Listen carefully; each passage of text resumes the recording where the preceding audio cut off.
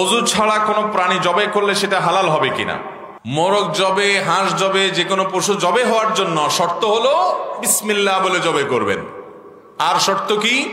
শর্ত হলো তার কণ্ঠনালী, শ্বাসনালী এবং রগ কাটতে হবে। বাস, 3টা রগ কাটা গেছে এবং বিসমিল্লাহ বলছেন, পশু হালাল।